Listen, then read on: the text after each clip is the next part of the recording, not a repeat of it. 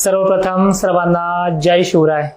मित्रांनो, जसं जसं वातावरण आपल्या भागामध्ये थोडं बक्कास वाटू लागतं आणि पिकांना सुकण्याची वेळ येते, त्या वेळेस महाराष्ट्रामध्ये पावसानं चांगलीच एंट्री केलेली आहे. खरं तर हा ऑगस्ट महिना गेम चेंजर आहे.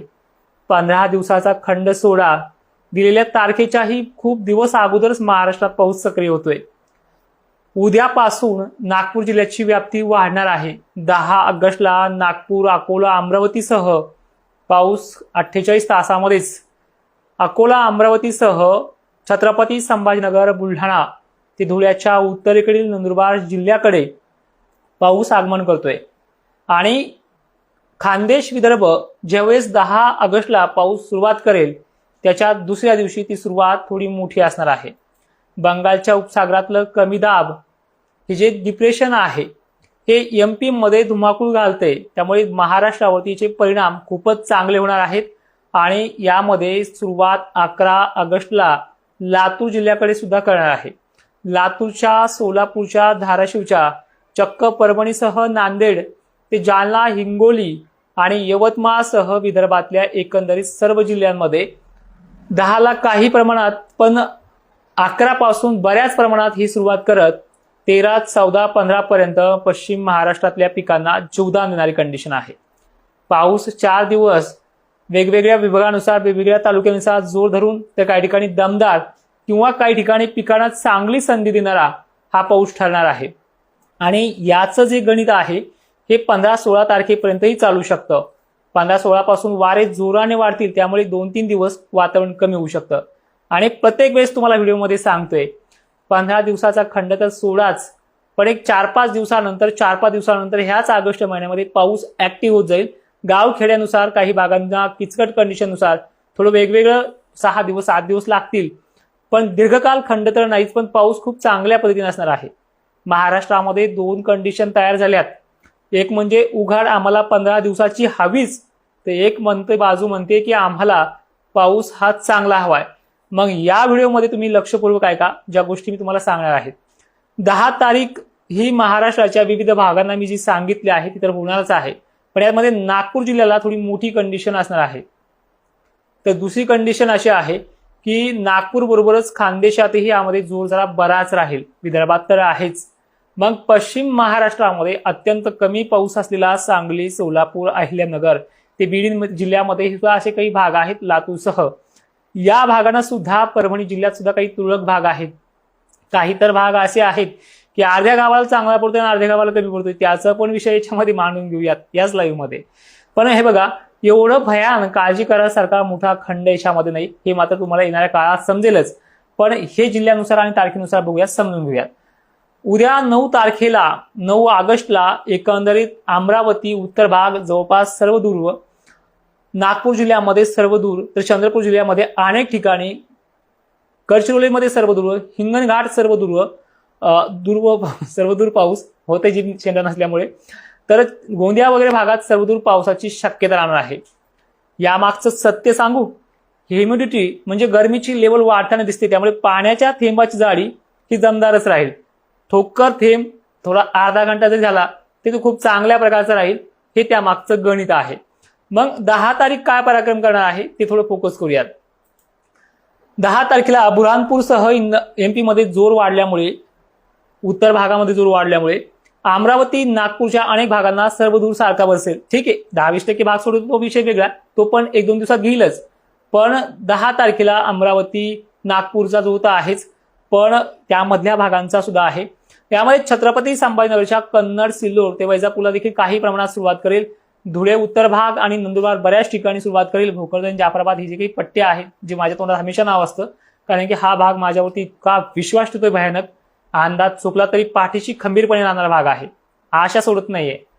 ठीक आहे, तर या भागामध्ये सुद्धा दमदार सुरुवात इथे होणार आहे. पिकांना चांगल्या पद्धतीचा जोर संध्याकाळपर्यंत 10 तारखेला इथे वाढून जाईल, म्हणजे खानदेश, विदर्भ आहे. मग आता वळतोय मी पश्चिम महाराष्ट्राकडे.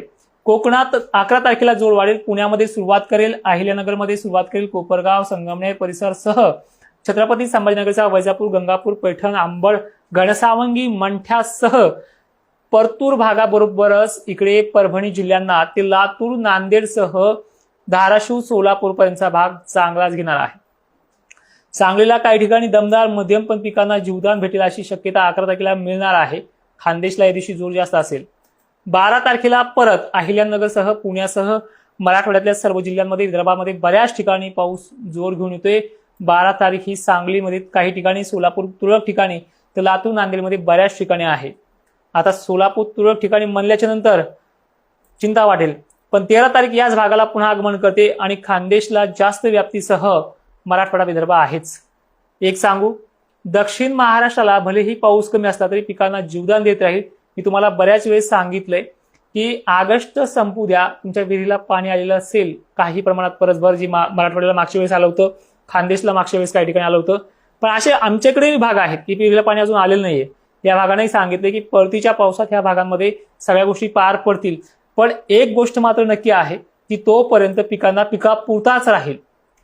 जोरदार मीही सांगितलंय, मी जे काही सांगताना माझ्या माघारी कमेंट करतायत तुम्ही ग्रुपला तुमच्या स्वतःच्या नावाने ग्रुप बनवून, हे बघा तुमचं पितळ उघडं पडलेलेच आहे, तुम्ही आता काळजीच करू नका. चॅलेंज काय द्यायचे तर देत राहा. परत मित्रांनो, ज्या पश्चिम महाराष्ट्राला, आता तुम्ही मला 11-12ला थोडा पाऊस झाला की म्हणता साहेब पाऊस कुठे गेलाय, तुम्हाला मी सांगितलंय 10 पासून 15 पर्यंत इथे राहा. मी 17 तारखेवरती येतोय, माझ्या लक्षात आहे की छत्रपती संभाजीनगरला सर्वदूर, अहिल्यानगरला सर्वदूर, सोलापूर सांगलीला बऱ्याच ठिकाणी, लातूर नांदेड महाराष्ट्रात अनेक ठिकाणी 14 तारखेला चांगला दमदार झडीसारखा पाऊस असेल. म्हणजे ह्या 5-6 दिवसात पडणारा पाऊस चांगली ओल करेल. याच पावसामध्ये काही ठिकाणी थोडंसं पाणी जास्त पडणार आहे, त्यामुळे तिथे देखील पाण्याची चिंता मिटेल. ती 14 तारीख आहे. सोलापूरसह सांगलीसह हा पाऊस वाढेल. 15 तारखेला अनेक ठिकाणी परत झडीचं वातावरण असेल, पूर्व विदर्भ, पूर्व मराठवाडा. पण ह्या 15 तारखेला वाऱ्याचा जोर वाढणार आहे, त्यामुळे 16-17 तारखेला पाऊस थोडा कमी असेल, परत 18-19ला वाढणार आहे. ज्यावेळेस तुम्हाला 17 तारखेपासून जोर वाढेल सांगितलं, त्याच 17 तारखेला पाऊस कमी सांगतोय. यामध्ये त्याच तारखेला सांगितले की 1-2 दिवस मागे फरक पडेल, पण 15 दिवसाचा बखाड खंड हे नाहीच महाराष्ट्रामध्ये. आणि पुढे सुद्धा 17 पासून पुढे सुद्धा 18ला, 19ला, 20ला, 21ला जोर असा वाढत जाईल आणि येणारा शेवटचा आठवडा सुद्धा मजबूत असणार आहे. मग गॅप किती मिळणार आहे फक्त महाराष्ट्रामध्ये? मिळाला तर 16ला बी पाऊस आहे, नाहीच नाही, महाराष्ट्रात गॅपच नाही. 3-4 दिवसाचा ह्या 15 गॅप मिळेल आणि राहिले 20 दिवस 15 दिवसाचा खंड. मीही पाहू, तुम्हीही पहा. धाराशिव उमरगा थोडं 12-13ला आहे आणि 14ला चांगला आहे. प्रत्येक टप्पे साळुंकेसर 4 दिवस 5 दिवस राहतात, एवढं काही मोठं नाहीये, पण आहे पाऊस तो सुद्धा.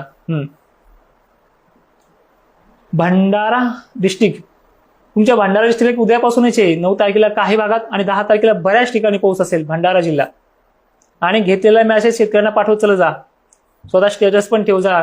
एकदा एक तर मी तोंडाला आपटन किंवा सक्सेस तरी होईल, पण सक्सेस तर झालेलं आहे हे तुम्हाला माहिती आहे. भोकरदन तालुक्यात फार कमी झालेला आहे, कशाला टेन्शन घेताय. लगेच तुमच्या भागामध्ये दमदार पावसाला सुरू होतील 2-3 दिवसामध्ये. ह्या 10ला काही ठिकाणी, 11ला बऱ्याच ठिकाणी, 12-13ला आणखीन चांगल्या ठिकाणी. बीड पाटोद्याला पाऊस कमी राहतो प्रत्येक वेळेस. सुरुवात 11ला होईल तुमच्या भागामध्ये काही प्रमाणात, 12ला बऱ्याच ठिकाणी आहे आपल्या बीड पाटोद्याला, 13ला पण आहे, 14ला जास्त आहे. शेनगाव हिंगोली तुमच्या भागात 11, 12, 13, 14, 15 4ही दिवस भाग बदलत पाणी तिथे आहे आणि चांगलं आहे. परभणी पाथरी 10 तारखेला थोडाफार, 11ला काही ठिकाणी, 12-13 आणखीन ठिकाणी.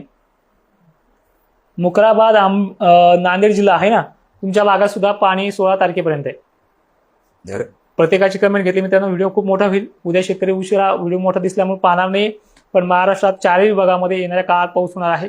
हे व्हिडिओच्या सुरुवातीला सांगितले, तालुकी जिल्हे पण सांगितले. पुन्हा हा लाईव्ह माझा बंद झाला की तुम्ही एकदा रिपीट पहा, 2-3 मिनिटं, सगळी कंडिशन समजून जाईल. सर्वांना पुन्हा एकदा जय शिवराय, धन्यवाद.